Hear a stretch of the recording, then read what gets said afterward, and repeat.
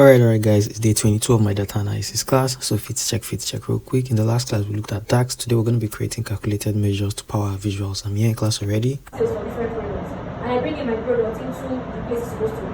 Let's say product name, I bring it into my warehouse. Already it's here, but I cannot say anything, right? Because I've not implemented something, a calculation to back it up. So that's the work of measure. You can put in anything into it, but once you don't have a measure, it does not power up for you to see what you need to see. Do you understand? So that's the work of the measure. So the first one we'll be looking at is our sum. So now let's say we want to calculate sales. We want to calculate our total net sales. So new measure, so I'll name this total net sales. Total net sales. So what's the formula? Sum. Sum, it brings it out, select. What are we summing up? Net sales. So we already have net revenue in our table, right? So to be sure that whatever you put in there works, you use a card visual. So what do we use card visuals for? We use them to show single values. All these are very important. Do you understand? So these are certain important numbers. So in a retail company, important numbers like net sales, net profit, and discounts are very, very important.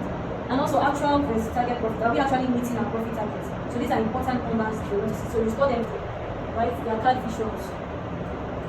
So the only difference between this one and this one gives you opportunity to add categories. This one is just number. So I'll use this one to show you. So I've selected this first one, the ordinary one, and I put my net sales. So they're telling me now my net sales is how much?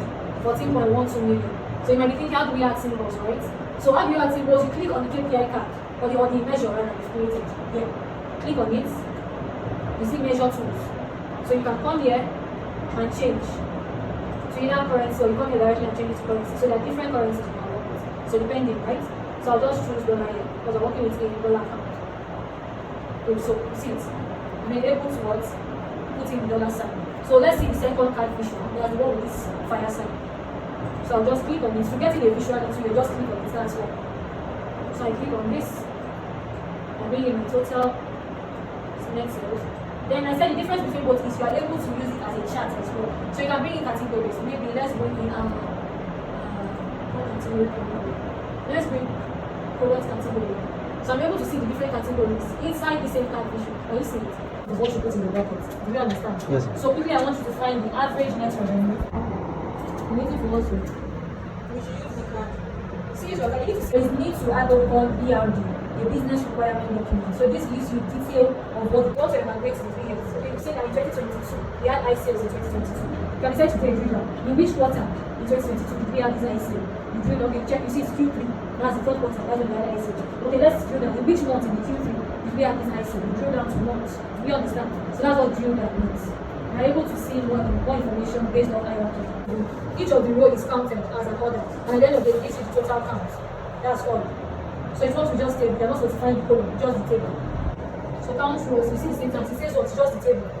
So this syntax is not something you should just do. If you're not sure of a particular function, follow the syntax. So it does not mean I'll put in the table name in the bracket. So what's my table name working with? Fact sales. And I close it. So now let's see the number of orders we have.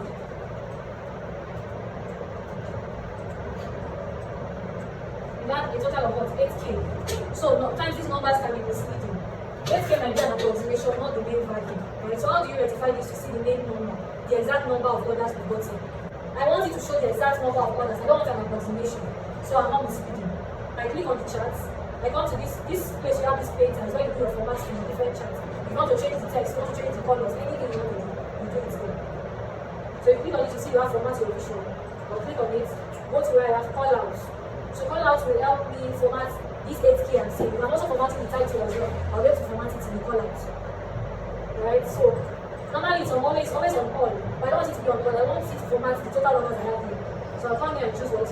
Total order. Let me show you what happens when we go choose total order. Format. It's just on all now. I can't really format the 8K into the number of values I want it to be.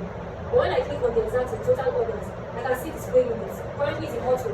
Auto automatically just gives it a value, maybe an approximation, but not the exact. So I can decide to say, okay, no, I don't want any display on any display unit in it. Then I click on no, you see this with the exact value. If it's on auto, it gives an approximation. The distance from this one to the approximation is a different. We have about 300 orders. You cannot be approximating 300 orders. It doesn't make any sense. Because where you have the category. Not where you have the category. Normally you can have different types of filtering, but always choose basic filtering, right? Then you see blank here, because you're not supposed to have blank in your data on your visual. You can come here, select all, then unselect the blank. So you see that's one out. Do you understand? Unselect it. But you must make sure your chart is selected to perform this thing. If your chart is not selected, you see there's nothing in the filter. But when I select the chart, options come up. Do you understand? So that has one out, and a number you can take for a particular visual. So you can increase it to 4. So we're able to see everything instead of going down the line and checking the last one. Do you understand? So see that now. So let's quickly create our profit margin. So I'll create a new name. So profit margin. So I said you want to use your divide. And numerator is going to be our total profits. Whereas our denominator is our total net revenue. That's all. I'll show this using a card. So currently it's in what? It's in decimal, right? How do you change it to percentage? I'll click on my measure, my total profit margin measure, and I come here and click percentage. So automatically it has multiplied by 100 for us. Still here, you come to where you have product name.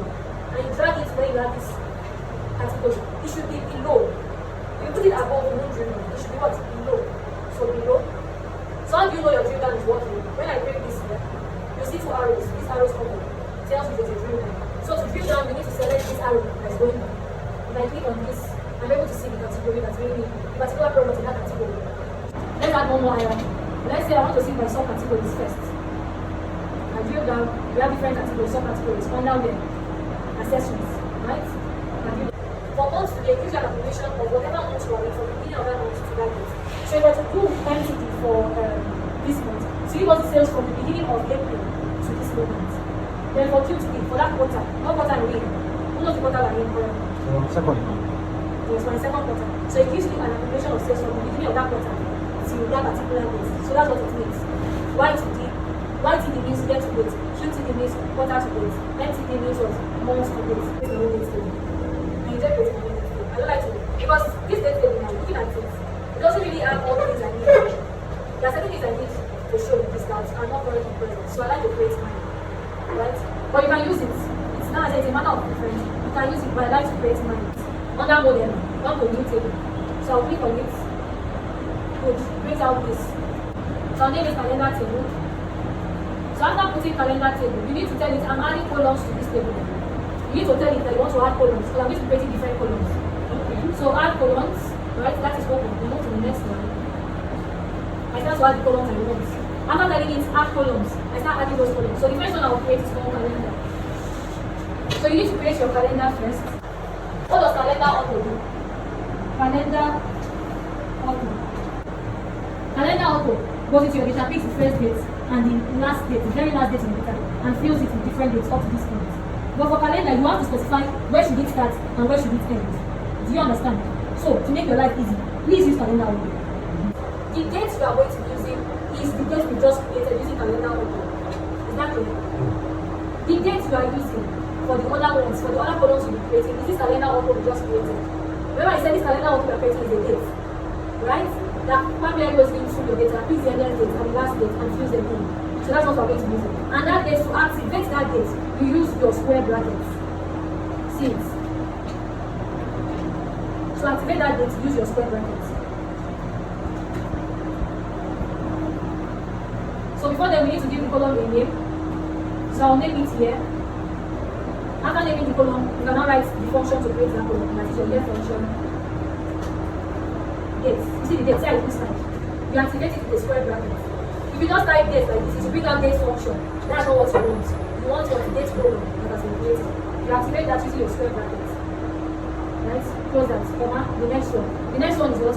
This one I said, quarter brings number out. Just using this, it brings only number. It's not give you as Q1, Q2, Q3, Q4. We want it to bring Q1, Q2, Q3, Q4 for us. We do Q and the number that comes out of it. It adds my date. Listen, if I do 1, it starts on Sunday. If I do 2, it starts on Monday. If I do 3, it starts on Tuesday. So usually, the day of the week for business starts on Monday. So I start on Monday. So day of week short, still using our formats. So instead of MM, we're having DD. So this 3. So it brings it in short form. So if you notice, when we did 2, the day of the week started from Monday. Can you see it? Yes. If I do 3 here, the day of the week will start from Tuesday. Can you see it? If I do 1, the day of the week starts from on Sunday. Can you see it? So usually I use 2.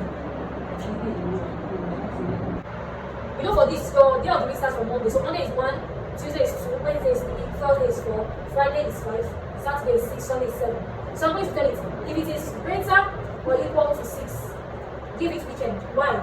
Weekend, Saturday is 6, Sunday is 7. So 2 of them together should be weekend. You understand? So if it is greater or equal to 6, that's if it's greater than 6 or equal to 6, give it what? Weekend. If not, give it what? Weekday. So weekend should be Saturday and Sunday, so that's correct. Weekday should have Monday to Friday. So that's correct. You come here, you click on this, and currently in the date table we created. It must be in the date table you actually want to use.